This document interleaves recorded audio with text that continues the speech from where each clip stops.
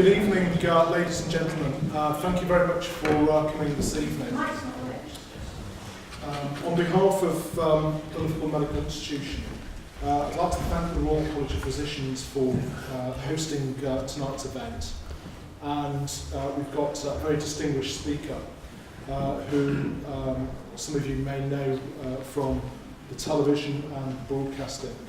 I know Professor Tallis from my days as a medical student when he was senior lecturer in geriatrics in the Royal Liverpool Hospital. In fact, one of my first encounters with Professor Tallis was being late for a ward round, at which point he said, "Why are you late?" And I'm not very good at telling mistruths, so I said, "Well, I'm sorry, I went to get a barrel of beer for a number 6 party." But anyway, I survived that, and thank you very much for being with us tonight. I'm also very grateful to my predecessor, Professor Colin O'Mahony, who's going to chair tonight's proceedings. So over to you, Colin. Thank you. Thanks, John, and thanks to everybody for being here. There's even a couple of medical students here. Do you realise that's bringing the average age down by hundreds? It's great to see it. And I'm delighted that Raymond Tallis is with us tonight. Obviously, you've read the book. It's Professor Tallis, philosopher, poet, novelist, cultural critic, until recently physician and clinical scientist. He will be talking on the political context on the development of healthcare and the RCP. Now, I've been on Ray's website. It's a really good website. Whoever's doing it for you, it's top notch. I read some reviews of your books. I haven't read any of your books yet, Raymond, but after tonight, I certainly will. Full marks for honesty. What for me or Colin? Anyone who has shared Einstein's observation, the eternal mystery of the world is its comprehensibility, will love reading Raymond's books. And there was one comment that touched me. You've one book, is it Logos or Logos? How would you pronounce that book? Logos. Logos. Yeah. I have the Greek. The mystery of how we make sense of the world. And many philosophical thoughts are easier to discuss than to think. So Raymond, let's have you up here discussing. Thank you. Well, thank you for that double introduction. And actually, the reason I was reasonable about that barrel of beer was I was hoping to have a share of it. But as far as I know, nothing passed my lips. So, in a sense, I was a little disappointed. But thank you very much indeed. Ladies and gentlemen, it's a very great honour to be invited to contribute to the college's celebration of its 500th anniversary. Celebration is appropriate for an institution that's had an extraordinary history, intermittently glorious and usually honourable according to the mores of the time. But the college has arrived at its half-millennium at an inauspicious moment for medicine in the United Kingdom. For this reason, I hope you'll forgive me for using this talk not to look back on the past, but as an opportunity to discuss the present and to look to the future. I'm going to focus on the political context of medicine in the UK, and more specifically on the role that the RCP should take in combating threats to its mission and how it should discharge that role. And if this seems too sombre for celebration, I feel this is not the time to be dancing in the streets. That's a lot to take in for an opening salvo, so let me clarify what I've said. When I speak of an inauspicious time for medicine, I don't of course mean medical science. The rate of progress in basic understanding of the biology of disease, in developing and evaluating new treatments, and in thinking about how to make those treatments available to patients, and in a manner that suits them, is grounds for celebration. And the college has been close to many initiatives in all these areas, and most importantly, in the education and training of those who are charged with bringing the fruits of scientific progress to bear on alleviating the suffering of patients. So why is my focus tonight elsewhere? It's because for nearly a decade we've seen something we've never seen before. Namely, that the health of the nation is going backwards, and there are new barriers to the capacity of the college to deliver on its declared mission. The mission of the Royal College of Physicians, its core mission, is to derive improvements in health and healthcare through advocacy, education and research. And that mission has been reaffirmed in the RCP 500 Charter. We promise to act as leaders to develop, influence and sustain high-quality healthcare both locally and nationally, to act in our patients' and society's interest over our own, and to speak up when it is right and necessary to do so. Now that's quite a promise, and it's never been more important than at present. Given that the college places advocacy at the heart of its core mission, it cannot avoid being political in some sense, and never more so than at the present, when political decisions over the last few years have caused damage to the health of the nation and to those institutions that are designed to care for our patients. But first, a little bit of historical perspective on the advocacy role of the college. For much of its history, the main function of the college was as a licensing authority. This created lots of lovely opportunities for corruption, the profession becoming often a self-serving closed shop, greatly resented by those who were excluded. With the Medical Act of 1858 and the formation of that much-loved institution, the General Medical Council, the college lost licensing practitioners as its central role, and advocacy for patients became more important. The college played an honourable part in promoting public health in the unsanitary 19th century and became unpopular with much of the establishment as a result. Then, after a period of little public engagement in the early 20th century, under the leadership of its president, Lord Moran, it provided crucial support for the establishment of the NHS when it looked like being strangled in utero by the British Medical Association. It may have been because Lord Moran was Churchill's physician that the RCP was so influential. This was surely the college's greatest contribution to the health of the public in its 500-year history. Over the next 50 years, the advocacy role was important, with famous interventions on smoking and other threats to public health. But what of the 21st century? And that's the question I'm eventually going to come to. But first, I want to persuade you that we are at a time when the college's mission is under greater threat than it has ever faced. Then I will ask what the college should do when the things for which it stands are threatened by outside political forces, when, as I believe, the present situation of the college is as portrayed in this cartoon. My story has the following elements. The first is that the NHS is in a unique crisis, which will not be solved by the Chancellor's 2018 budget. Secondly, that crisis is due to underfunding. Neither of those things will come as a surprise. More surprising, however, is the fact that the present underfunding of the NHS is entirely unnecessary. Indeed, it has been ideologically driven, in part by politicians deeply hostile to the very notion of a publicly provided NHS, comprehensive and free at the point of need. And I'm going to give reasons for thinking why, without vocal opposition, the direction of travel will be towards ever more privatisation of the NHS. And I'm going to argue why a marketised privatised NHS is a direct threat to the health of our patients. Against this background, I'm going to ask what the role of the RCP must be to counter this threat. I will discuss why the RCP might be reluctant to engage with politics. And finally, I will suggest ways in which it might raise its game, if it is to deliver on its RCP 500 promise. And I'm going to end on some reflections on the role of the medical profession in society. Now, you may feel at times during this talk that I've lost the plot, but everything I say is relevant to the RCP 500 promise, which, to remind you, runs as follows.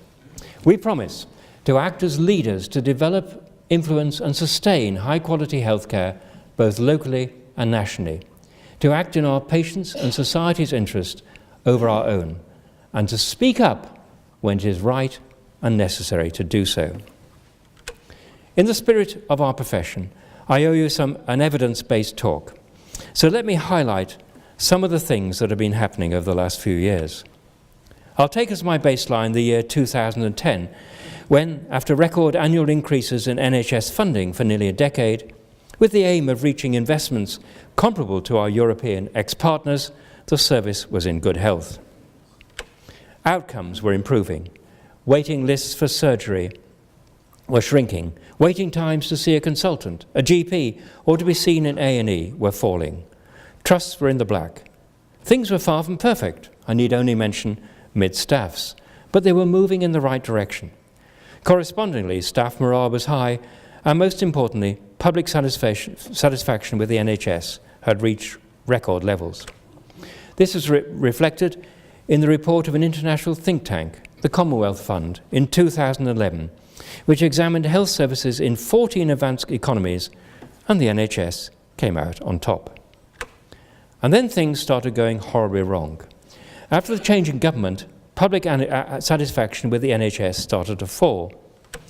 And this descent has continued, with only just over half of patients now satisfied.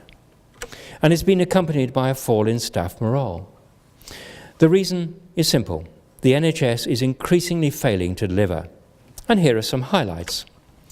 The 4-hour waiting target for patients arriving in A&E is now almost continuously breached, with the most recent figures showing a rise from an 8% peak waits greater than 4 hours in the winter of 2010 to a 23% peak in the winter of 2017. In January 2018, 17,000 acutely ill patients were stuck in ambulances queuing up outside A&E departments, and 80,000 patients requiring admission waited on trolleys in corridors for more than 4 hours, the highest since records began, and several died waiting. Bed occupancy in this month of January was well above the upper safe limit of 85% in most trusts, and in 17 trusts it was 98%, putting patients at risk of infection and increasing the possibility of error by hard-pressed staff. Of equal concern are the delays faced by patients needing consultant intervention. Urgent and non-urgent operations are routinely cancelled. Waiting lists for elective surgery reached over 4 million by June of this year, and the commitment to an 18-week maximum wait for elective surgery has been dropped. As if this were not bad enough, increasing numbers of patients are being refused operations altogether, notably hip and joint surgery, as a way of saving money and of controlling the increasing length of waiting lists. All of this is taking place against the background of a crisis in primary care, the gateway to the NHS. The closure of surgeries and early retirement of stressed or burnt-out GPs is reducing capacity to meet a rising demand, and consequently longer delays to be seen and discontinuity of care. There are currently 5,000 GP vacancies. The woes of the health service have been compounded by sideways pressure from the collapse of community support and social care at home, due to an average of 40% cut in budgets. One figure will have to stand for many. Over 900,000 elderly people who used to benefit from social care have been denied that care since the eligibility bar has been raised. The transfer of public health to cash-strapped local authorities has meant that prevention and early community interventions, central planks of the strategy to improve the health of the nation, and hence flatten the rise of demand, is increasingly neglected.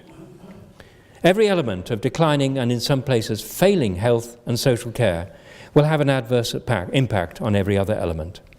A patient waiting for a cataract operation will be more likely to use A&E services as a result of falling over and be admitted as an emergency. The increase in non-elective admissions will reduce the capacity for elective surgery, which has anyway been limited by bed numbers, which are low compared with other healthcare systems in other countries. But as you can see, from the blue line, it has declined even further. As you can see from the red line, admissions rise. Now, some will listen to this litany of woe and shrug their shoulders. What's new, they may ask? It was ever thus. When was the NHS not in or on the edge of crisis? Well, there are three responses to this. Firstly, it was not in crisis in 2010. Secondly, the crisis is deeper and more continuous than ever before. Winter pressures are all the year round pressures. And thirdly, there is a shocking statistic about avoidable deaths, the final consequence of the failure of health and social care, which I'll come to presently. So we are in an unprecedented, lethal mess. How did we get into it? Well, let's first talk about funding, as it, or lack of it, is key to the unfolding disaster of the last few years. It's worth spelling things out, because the government has been so misleading on this that it has, as you can see on the slide, ended up by contradicting itself. Here we see Mr. Hunt both asserting and denying in the same month that the NHS in 2016 had received an extra £10 billion in funding. The actual figure was £4 billion. Alternative facts, you might say.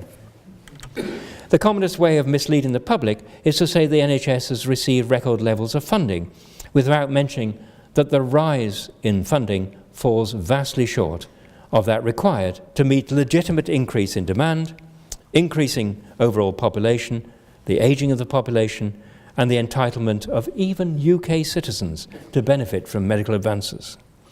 Taking these factors into account, it's universally accepted that the NHS requires about 4% annual increase in real terms funding in order to maintain services. So what has happened to funding in 2010?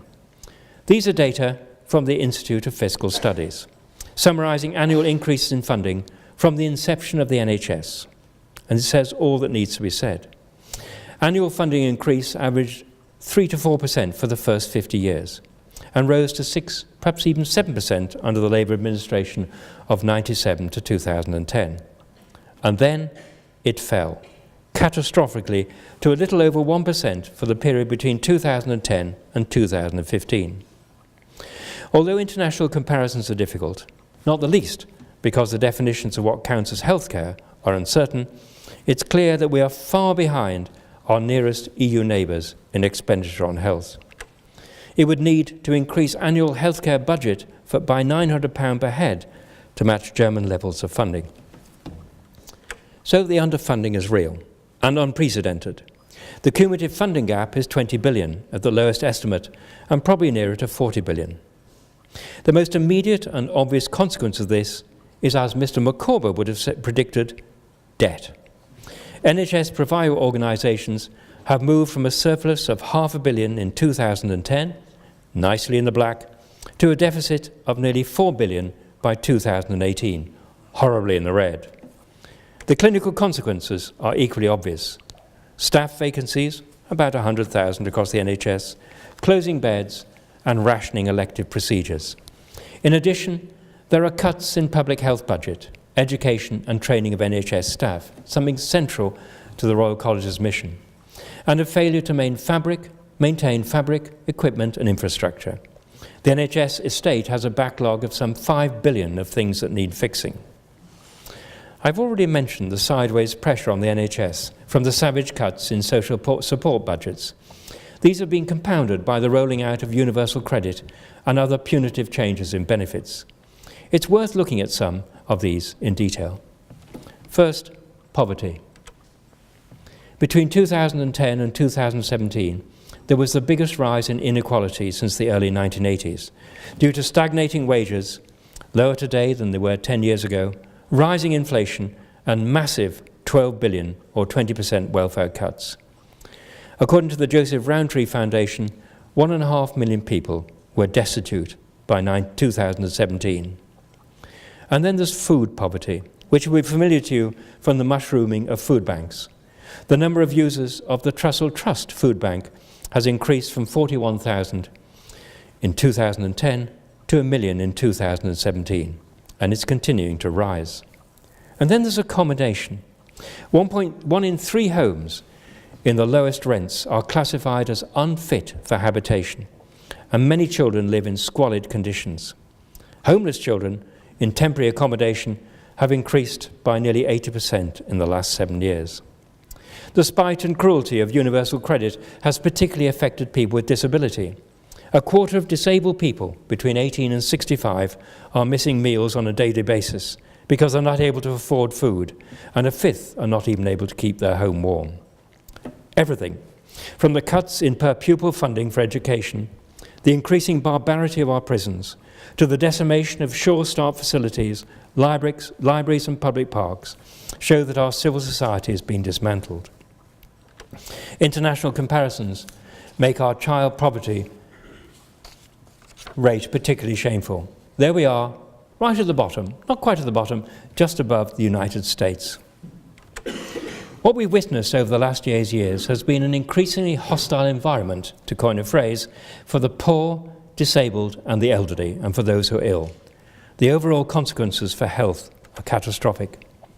For the first time since the 1970s, the numbers of deaths, instead of declining, has risen substantially, as can be seen on the uptick of this slide. A recent paper has identified 30,000 excess deaths in 2015, which the authors ascribe to the cuts in social care and health budgets. The trend has continued. By the end of February this year, according to the ONS, 10,000 more people had died than the average for the past 5 years. By the end of April, this figure had risen to 20,000. The rise is the sharpest since 1940, when we were engaged in a world war, as far as I recall. One estimate is that there has been in excess of 120,000 deaths of our patients and our fellow citizens since 2010. Thus, the transformation of a welfare state into an ill-fare state. How should the RCP respond to this frontal assault on its core mission, on its mission to drive improvements in health and healthcare through advocacy, education, research? Perhaps there's nothing to be done. After all, weren't the policies of austerity that have brought about these deaths inevitable? The dominant narrative for several years was that starving public services of funds was a necessary, if undesirable, action to deal with the recession after the crash of 2008 and preventing the nation plunging into unsustainable debt. Politicians talked of difficult decisions. This story has now shown to be false. It's increasingly obvious that austerity was not an economic necessity, but a political choice. Indeed, it could be fairly described as the economics of spite.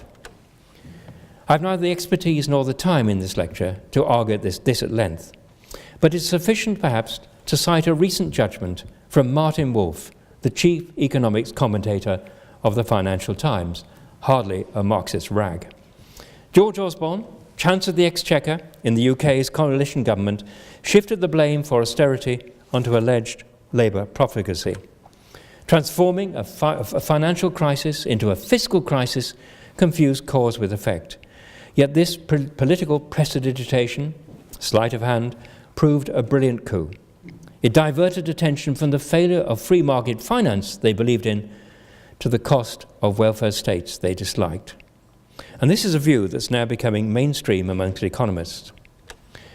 Worse still, the strategy adopted by the government since 2010 has prolonged the recession to a unique degree, as this graph comparing the recovery from earlier crashes has shown.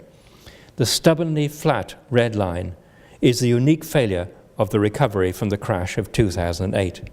All other depressions were terminated by fiscal stimulus, by increased public expenditure. So what motivated austerity? Why was downsizing the welfare state and removing the safety net for the most vulnerable chosen as the path out of the 2008 crash? Well, here is one interpretation. Austerity is not a failed experiment. It's a deliberate and very effective strategy for maximizing a particular intention. But I'm entering a contentious area, and I'm going to suggest something that many of you may not agree with. But stick with me, because I want to use it to frame the question that lies at the heart of this talk. Just supposing what I'm claiming were true, what should the political role of the college be? I want to raise the possibility that some of the politicians who've had such a role in starving the NHS of resources and more broadly creating the present ill-fare state saw the crash as a kind of crisis that can be turned into an opportunity. Indeed, an unprecedented opportunity to unpick the post-war settlement that was designed to provide universal healthcare, publicly delivered and free at the point of need. Indeed, the commitment to supporting the vulnerable and needy in our society. Now, in support of this, which I suspect will be contentious, I want to offer you some quotations from three key figures. The first person, to my knowledge, who articulated the dream of dismantling the NHS was the softly spoken Geoffrey Howe. In a cabinet paper published in 1983, he argued for ending the state provision of healthcare so that medical facilities will be privately owned and run, and those seeking healthcare will be required to pay for it. This was something that couldn't be spoken out loud because a consistent 85% or more of the electorate are opposed to selling off the NHS. The most recent British Social Attitudes Survey in 2016 found that 90% of those surveyed were against privatisation of the NHS. But Howe's dream would not be allowed to die, but it must be kept under wraps. It was kept alive by many, including two crucial figures. The first was Oliver Letwin, who in the late 1980s had published a book entitled Privatising the World. In 2005, he expressed the hope that within 5 years of a Tory government, the NHS would not exist. By 2010, Letwin is in charge of Tory policy and had a crucial role in shaping the Health and Social Care Act, of which more presently. And the third character is one Jeremy Hunt, though he subsequently distanced himself from what he said. In 2005, he co-authored a book that called for the NHS to be replaced with an insurance market and for the private sector to be brought in. Now, you might think these are just the careless comments which were not meant to be taken seriously. This would be a tenable interpretation were it not for an extraordinary and otherwise unexplained intervention a few years after the 2008 crash. That is the 2012 Health and Social Care Act, the brainchild of this character, Andrew Lansley. Many, including the Prime Minister, David Cameron, claim not to have understood what Cameron was about, what Lansley was about. But his proposals may have seemed even more foolish than the 10,000 previous readers' organisations of the NHS. But it did have one clear purpose: to introduce mandatory external competition into the health service and thus open it up to the private sector. It was argued that competition would give patients more choice and it would improve the cost efficiency of the NHS. But the most important and least noticed consequence of the Health and Social Care Act was that the Secretary of State was no longer responsible to deliver comprehensive care. All he or she had to do was to promote it. Thus the rationalisation of a reorganisation, which at the time seemed as incomprehensible as treatment for a cash-strapped NHS, as vascular surgery as a treatment for anemia. Patient choice. The mantra was no decision about me without me. This was lost in the bureaucratic nightmare that resulted from the infinitely complex management systems that Lansley required. But there was a desired result. There was a sharp increase in private sector involvement in the NHS, so that by 2017, 9% or £8 billion worth of NHS clinical services were contracted out to the private sector. This was not as much as the architect of the Act had envisaged, but seriously a significant increase. As for cost efficiency, implementing the Act cost approximately £3 billion and limitless unmeasured quantities of clinician and management time in running competitive tendering for bits and pieces of the health service. It was an expensive time-wasting disaster driven by ideology and by the false claim that the NHS, indeed all state enterprises, were inefficient and unnecessarily expensive. In fact, international comparisons had shown that the NHS was the most cost-efficient health service in the world. What's more, between 2010 and 2016, NHS productivity increased by 1.4% annually, compared with about 2.5% for the rest of the 0.2.5% for the rest of the economy. As for the talk of waste, the greatest source of waste by a long chalk came from introducing the market. Already by 2005, a study from University of York found that management costs had increased from 5 to 14% of the total expenditure as a result of the universal introduction of the internal market and the introduction of some external market. There was no improvement of patient care attributable to the market. What we had was less care for more expenditure. The Health and Social Care Act was an important step towards the outcome you can see on this slide. The negative politics of healthcare is encroaching more and more on the RCP's mission to promote excellence in patient care. So stick with me for a while I talk a little bit about privatisation. First, an important clarification. To reassure you you haven't fallen into the hands of a Marxist, I do distinguish between the use of private medicine as an individual choice, which is fine, and the discretionary occasional use of the private sector by the NHS to solve a particular capacity problem. That's fine. What's not fine is the private sector becoming a dominant player in taking over the NHS. This would be catastrophic for the RCP in delivering its mission. All marketisation of the NHS squanders resources, but universal external marketisation, privatisation, presents even greater threats to the health of the nation. The tendering process is disruptive and interferes with continuity of care. It leads to fragmentation of services at a time when more than ever we need them to be integrated. Profit-making companies will, of course, cherry-pick the services they wish to bid for, leaving and consequently financially destabilising trusts that are, of course, obliged to deliver complex services that have small profit margins. There's no long-term commitment, with multinationals picking up and putting down services, often before the end of the period of the contract. And of course, they have no commitment, and this is central to the college, to teaching and education, something of more than passing interest, as I say, to the college. In sum, cooperation for the benefit of patients is replaced by competition for the benefit of shareholders.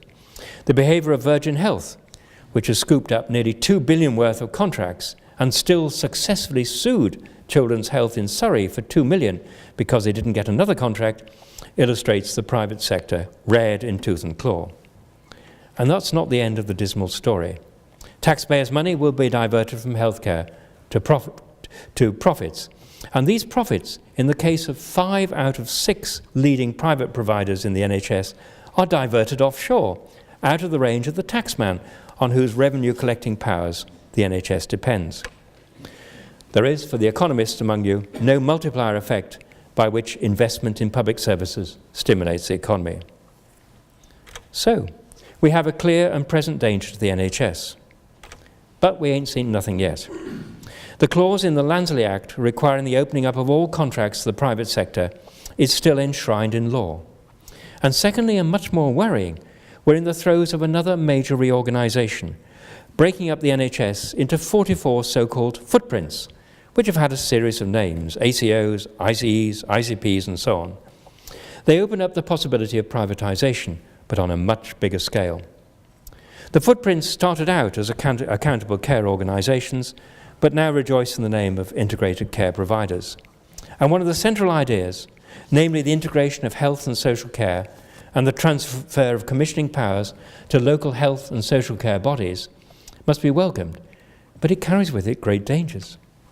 As well as further distancing central government from responsibility for comprehensive healthcare, it brings a risk that the merging of healthcare, which is publicly provided and free at the point of need, with social care, 90% of which is privately contracted and means-tested, will result in a means-tested, private-provided healthcare. The law as it presently stands, post-Lansley, makes it possible for huge contracts involving vital services for many thousands, hundreds of thousands of people being run by the private sector, taking vast quantities of care out of direct NHS provision, scrutiny, and accountability. The ICPs would be business units which would control spend and indeed rationing of healthcare for populations of up to 500,000 people.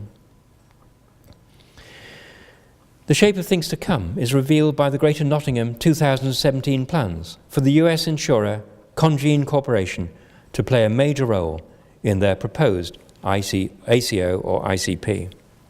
In sum, we have a plan to dismantle the NHS, disperse its staff, drive down public funding, promote private contracts, and result in rationing. No wonder this character, a senior figure in the NHS, spoke of the huge opportunities — he didn't know he's being recorded — for the private sector presented by the latest reorganisation. So this may be how the NHS looks in a few years' time.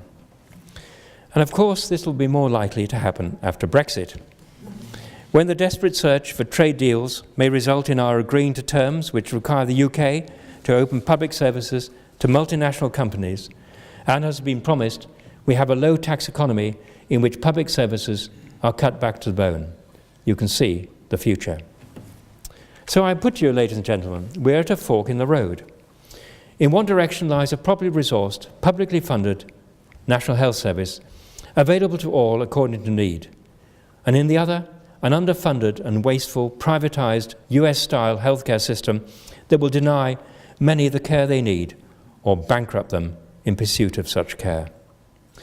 An NHS where prices trump values and the calling of medicine has to operate in an environment where the decisions of professionals are overridden by the chief executives running the trade. Now, you may think I'm being apocalyptic, but what cannot be denied is we've witnessed in recent years a full frontal attack on the health of the nation and on the quality of care the profession would hope to deliver. Not to speak of the values that are implicit in our practice, values which I believe the college upholds. The founding principles of the NHS are consonant with the fundamental idea that in a civilised society we should endeavour to mitigate the lottery of life by sharing the risks and the burden of the blows that may strike any of us during our lives, acknowledging, in other words, we're all in it together. So, how should the medical profession, and in particular the Royal College of Physicians, respond to what's happening? What should the college do if delivering on its core mission, and indeed delivering on its charter promise, is being frustrated by malign circumstances that are the product of political choices? Should it become more politically active? Well, let me begin with an unhappy and probably unwelcome observation. While the college has an admirable record of promoting medical science and the delivery of healthcare, support and education of trainees, and working to maintain standards in the profession, it has performed these roles in a political context increasingly hostile to the college's mission, which it seems unable or even unwilling to influence. Most conspicuously was the failure to join with fellow professionals to oppose effectively the wasteful, disruptive, malign Health and Social Care Act. If the college had been more vocal at the time, when the bill looked like a dying duck, the NHS would have been spared the damage it caused. During Hunt's lamentable reign, the college did make some public interventions, writing to the Prime Minister, publishing an excellent document, underfunded, underdoctored and overstretched, which expertly summarised the pressures on the NHS and on those who work in it, and leading the campaign that led to doctors and nurses not being removed from immigration caps. Overall, however, these have had little impact on the government's direction of travel, which has not been deflected by 1 second of arc. There seem to be both internal and external reasons why the college has been politically unsuccessful. Firstly, it's been somewhat backward about coming forward. This is reflected in Linda Luxon and Simon Chauvin's judgment in their brilliant short account of the history of the RCP, on whether the college had met the challenge of being bold and representing the views of its members. The RCP, they say, has been seen by many doctors in recent years not to have had a decisive influence or taken a strong position on some of the major concerns of the profession. Major changes in the NHS and the practice of hospital medicine, together with the erosion of professionalism, have dismayed many physicians.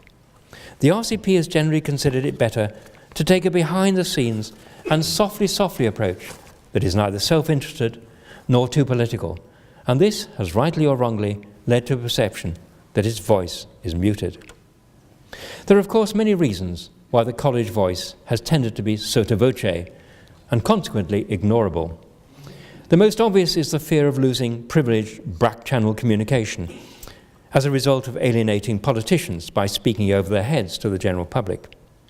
Additionally, there may be concern that political engagement may threaten funding or even the college's charitable status.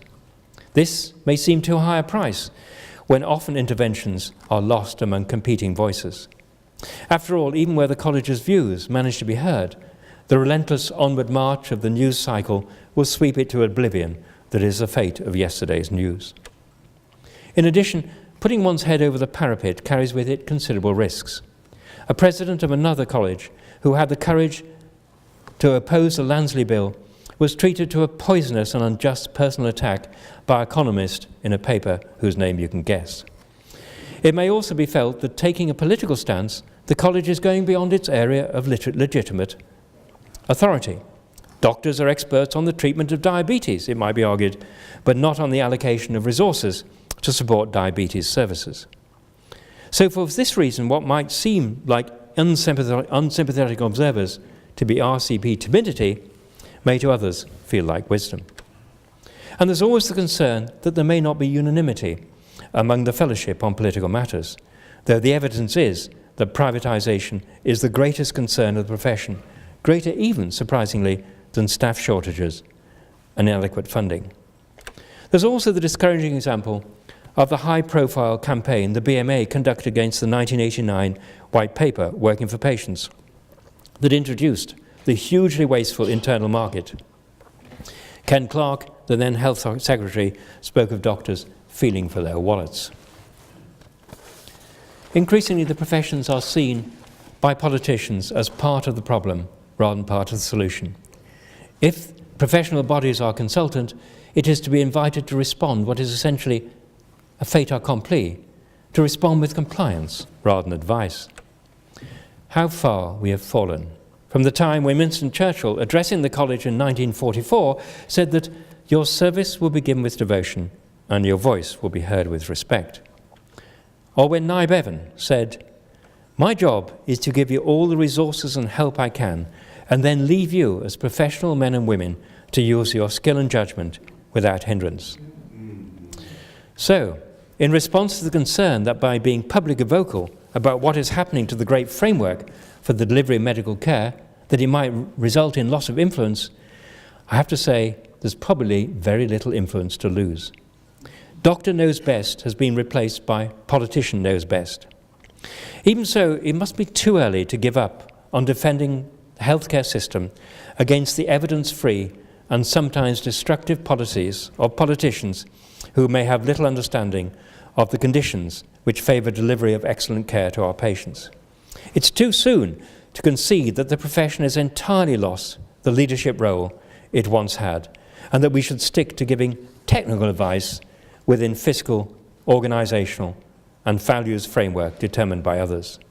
There's much work to be done to recover lost ground, and this is legitimate work for the college. We need first to consider how our voice might be better heard. The most obvious strategy is to work more closely with other medical bodies. Our nearest neighbours are the other Royal Colleges, and they are in theory united with us in the Academy of Medical Royal Colleges. My personal view is that the Academy in its nearly 20 years of existence has not yet enabled the colleges to punch at their collective weight. To some extent, this is because they are an anomalous collection of bodies of different sizes with concerns that do not entirely overlap. Clearly, the RCP would have a wider and potentially more political scope than some of the more specialist colleges, and should therefore lead the discussion on how there can be more effective collective action, how there can be a coherent strategy, how there can be unity in speaking with a single voice on issues that concern them all. An even greater challenge is that of ensuring a closer working of the colleges with the British Medical Association, which in virtue of its size, its wide disciplinary membership and its political astuteness will be a formidable partner to any joint initiative. There is, however, a problem that needs to be addressed honestly. The BMA is also a trades union, perfectly honourable, but the terms of any joint venture would need to be thought through carefully. And the BMA has many individuals who are passionate about patient care and about the need to resist what is at present happening to the NHS. There's no reason why the Union of Voices should stop at the medical profession. There's potentially a huge area of agreement with the nursing profession and other healthcare professionals, therapists, radiographers, nutritionists, and others who share the concerns of physicians about the defunding, dismantling, and impending destruction of the health service, and who also share frontline experience and share the values that justify their concerns. We should also work with non-party political campaigning groups, such as Doctors for the NHS or Keep Our NHS Public. And the next step is obvious. We should share our concerns with patient groups. After all, the Patients Association has just written an excoriating letter to the Chancellor about his recent budget. And of course, the wider the constituency, the more difficult it might be to achieve a consensus and a harmony of persuasive voices. So that is the first challenge, to speak with a loud, sustained and authoritative voice, a voice that speaks truth to power, power that has been increasingly abused to diminish the life chances and indeed the life expectancy of the powerless. This is no small challenge, because within the community of healthcare workers there will be a wide range of views beyond the fundamental ethos and the concern that unites them. The second challenge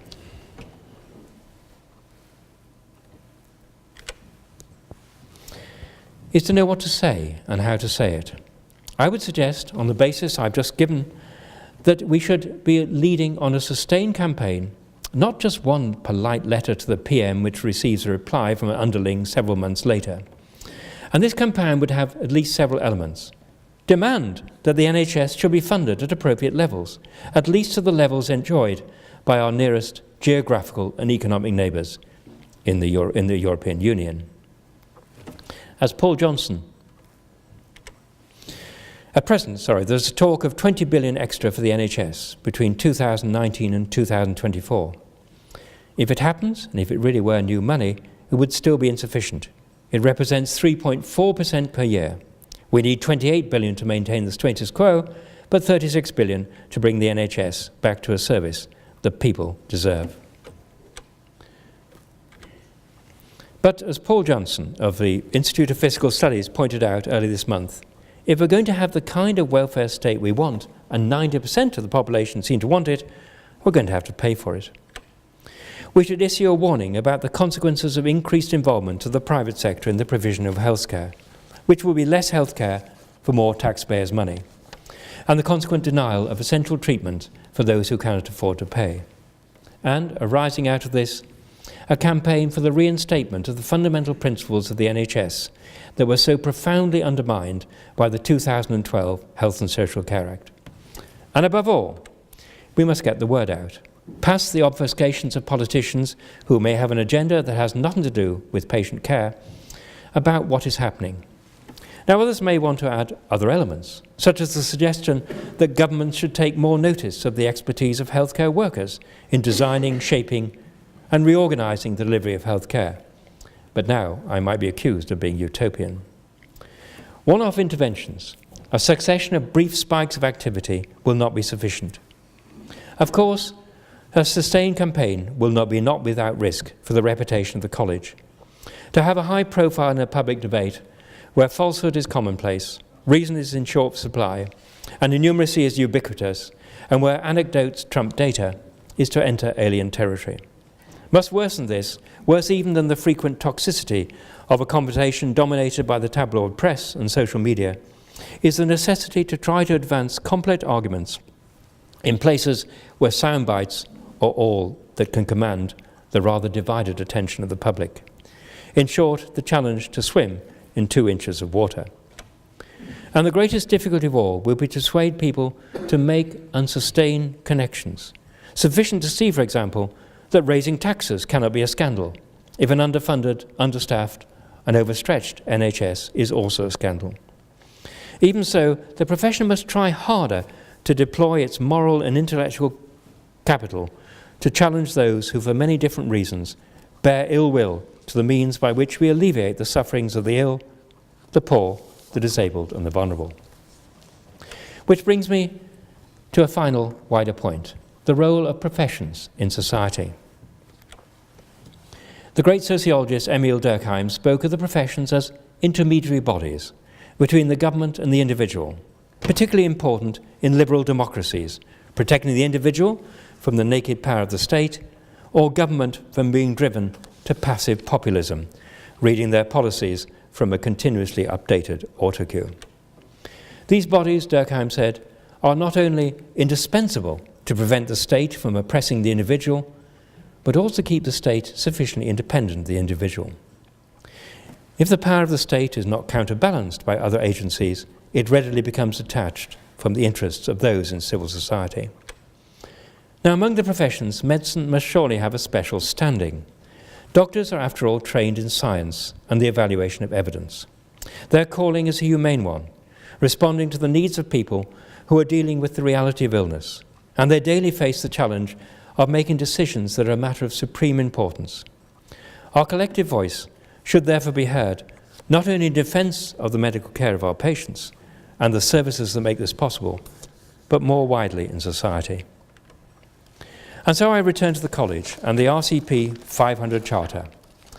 We promise to act as leaders to develop, influence and sustain high-quality healthcare, both locally and nationally, to act in our patients' and society's interest over our own, and to speak up when it is right and necessary to do so.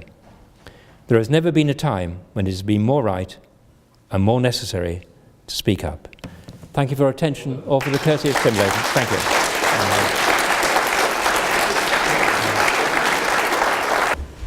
Thanks very much, Raymond. That was exhilarating. Oh, And, bad news can often cheer you up. Yeah. there wasn't a single criticism of any particular political party, really, was there? You can draw your own conclusions. Yeah.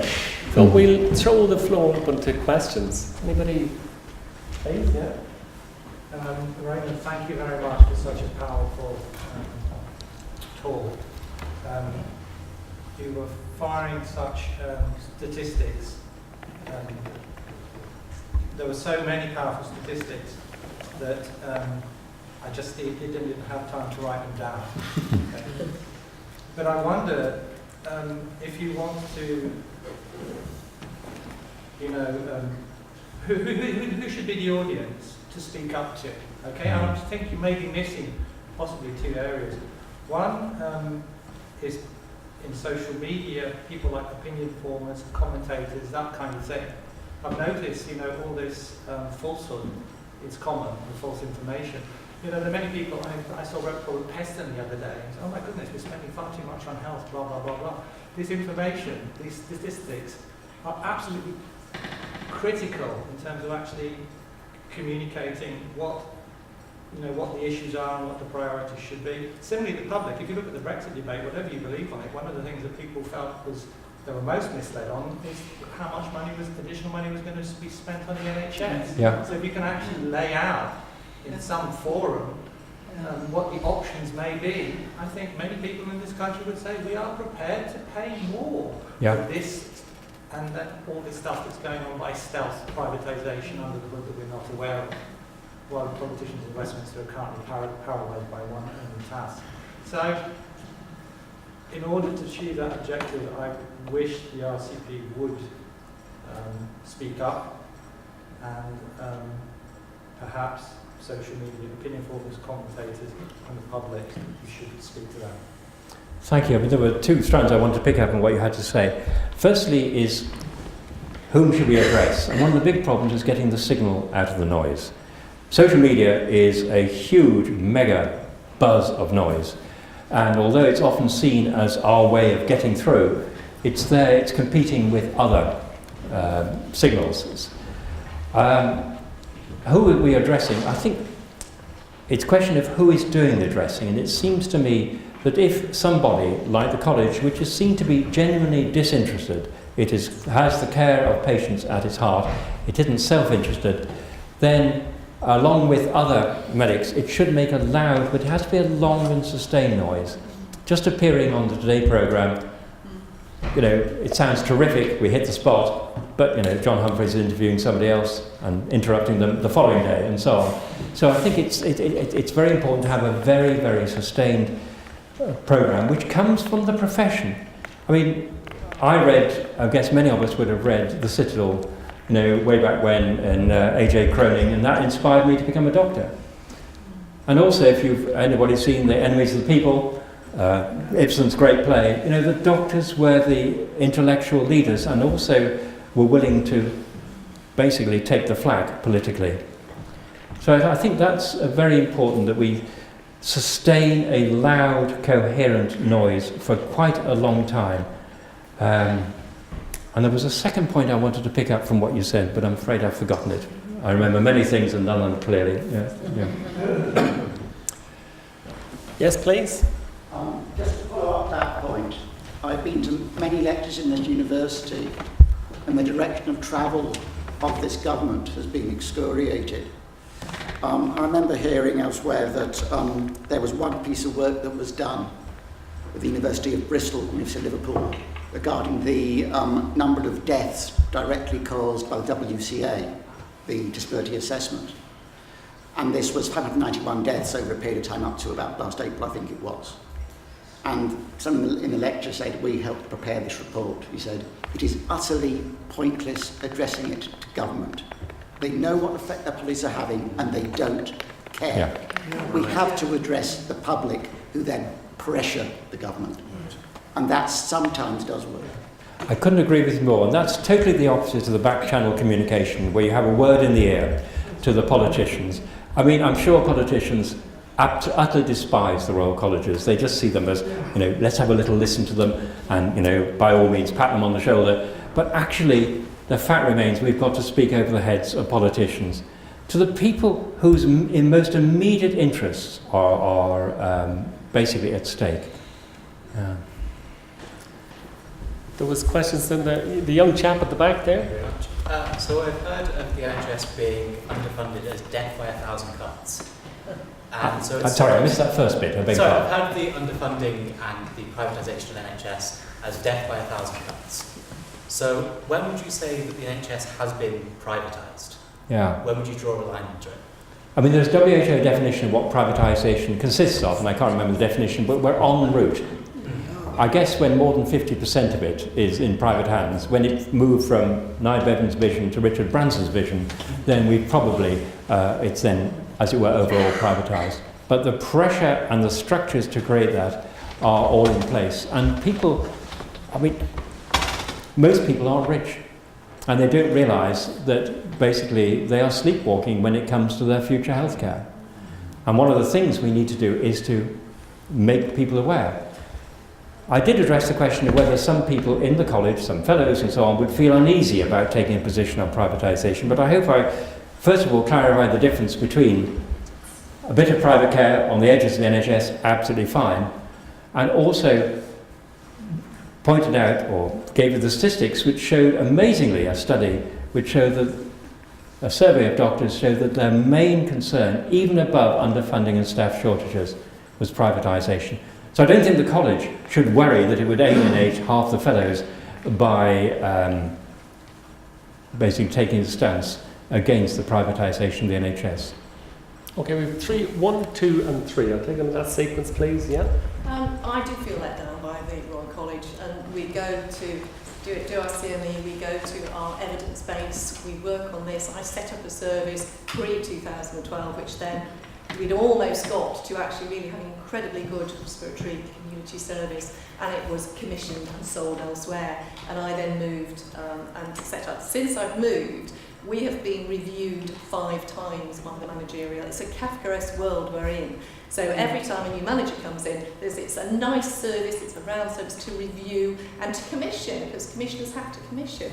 And so 5 times, if we'd been left on our own, with our evidence base, we would have set up one of the best services in, and it would have been perfect. We're on the front line and we're not used on the front line. I think there was actually an article, an editorial in the Times recently, which kind of implied this.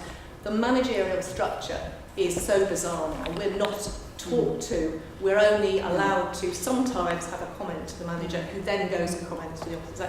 And I really do feel that we do all of this CME and all of this evidence base, and we are let down, really. It's a very strange world we're working in. And this is part of the deprofessionalisation of the profession, which has been going for 20 or 30 years. I wrote a book called Hippocratic Oaths, which I was raging about. That was back in 2005. Looking in retrospect, it seems like utopia, 2005. and I would hate to be interpreted as criticising the college. It does many, many incredible things. But it's the framework within which they're doing those things that is now seriously and more threatened. And I think if they don't actually resist this changing framework, then all the other things they want to deliver, all the admirable things they are delivering, will all be at risk. One of my many concerns is that Parliament has been bypassed. I don't know what people mean often when they talk about sovereignty. Maybe it's just a question of having the Queen's head on the coinage. I don't know. Perhaps it is for some people. But I feel really concerned that now that the Secretary of State for Health no longer has responsibility, and that has been passed to Simon Stevens, who was Chief Executive of United Health before he came back here, and is now operating under what United Health in the States has become Optum here. Yeah. And that's taking over the control of these, well, some of the 44 footprints, as they call them. And all of these things are happening without any discussion at all in Parliament. That's a really good point. The whole process of what we call democracy, again, whatever that means, is being bypassed. And you're and you're absolutely right. The latest massive reorganisation has been done with without any kind of statutory basis. And that's why there has been a judicial challenge to this, and there was a judicial review headed by Alison Pollock and one or two other people, which essentially the outcome was that it was agreed there would be consultation on the new organisation. However, there are other organisations that are basically continuing to press for a proper parliamentary scrutiny. Because what's happening, it's happening under the level of statute. And you're absolutely right. And I think this is the most dangerous thing. Something that's going to impact on the health of the nation more than anything else is under the radar parliamentary. And I hope very much, and I've forgotten the group is doing this, they are successful in their judicial challenge to what's going on. But thank you for raising that, because it seems to me to be absolutely central. Thank you. We just have a final quick comment from up the back there, and then John will give a vote of thanks, and then Raymond, I'm sure, will hang around for a few minutes afterwards if people have individual questions. Of course, yeah. Please. Right, I didn't realise I'd get in last. But first of all, I'm really glad that you mentioned the idea that people should be working with campaigns that already exist.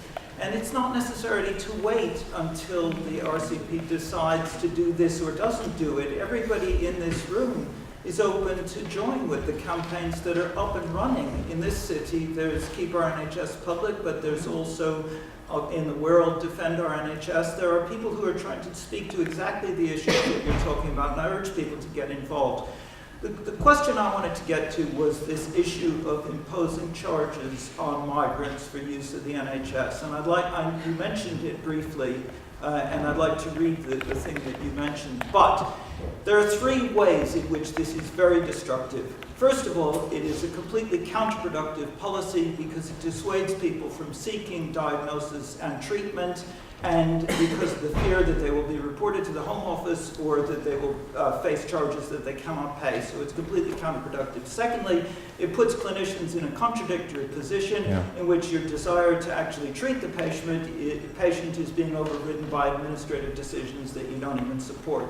And thirdly, it has set up a charging system which could be applied to anybody. If everybody has to be asked to prove their entitlement to treatment, and if certain treatments are free and other treatments are not free, that is the basis for demolishing the entire concept of free at the point of use. So okay, thanks for those 3 points. I see this as extremely significant, and I'd like to know your response. Well, actually, and of course, as you know, Nye Bevan found it actually disgusting that the attack on health tourists, as you were, was even contemplated. And I agree, it's absolutely the wedge in to then deciding the eligibility of other groups of people. And a huge issue is being made of it as a massive distraction. We know that probably health tourism accounts to 0.01% of the NHS budget, or whatever you like. It's totally a red herring. But just to pick up your point about existing groups, I have a sense, full disclosure, I'm on the Council of the Royal College of Physicians. And by the way, I'm not speaking on behalf of the Royal College of Physicians, as you probably noticed. But it seems to me I'm speaking in my own awkward, ordinary person.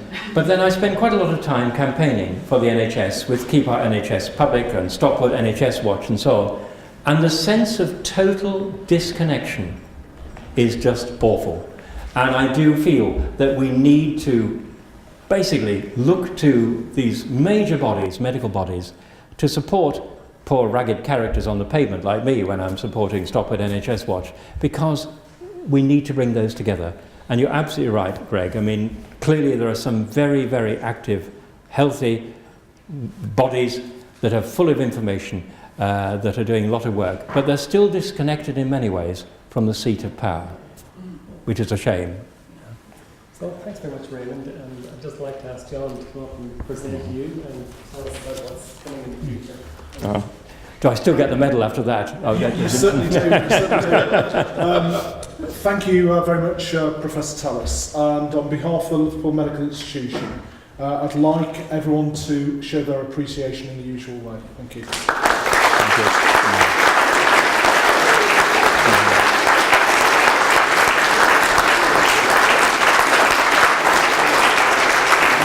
So that was a very thought-provoking talk, and as a token of our appreciation, I'd like to present you with a medal. Oh, thank you. Thank you. It's a George Medal for Bravery, is it? It is. Oh, thank you, lovely, thank you. Oh, super. Thank you.